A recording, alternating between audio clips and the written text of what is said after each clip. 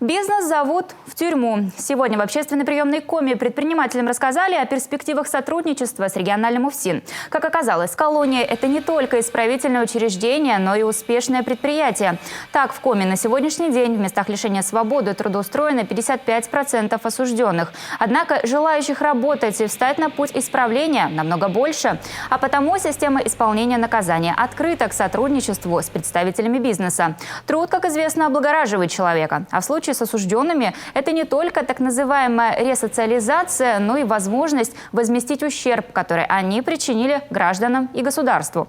Альтернативой жизни за решеткой может стать и исправительный центр, где вместо привычных камер обычно общежитие, а заключенные свободно ходят на работу в город и общаются с родственниками.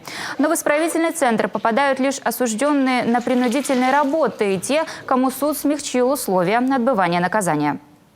Примером для организации такого взаимодействия у нас был положительный опыт Жешковского фанерного комбината, где у нас осужденный в кризисный период позволило предприятию обеспечить объемы выпуска продукции. То есть наших граждан задействуют в нашей же экономике в процессе исправления, при этом мы их не отделяем от общества, они выходят более подготовленные к жизни, к дальнейшей. В планах создания подобного центра в Сыктывкаре обсуждается возможность открыть его и на базе Сосногорского тепличного комплекса. Там сейчас нехватка рабочих рук.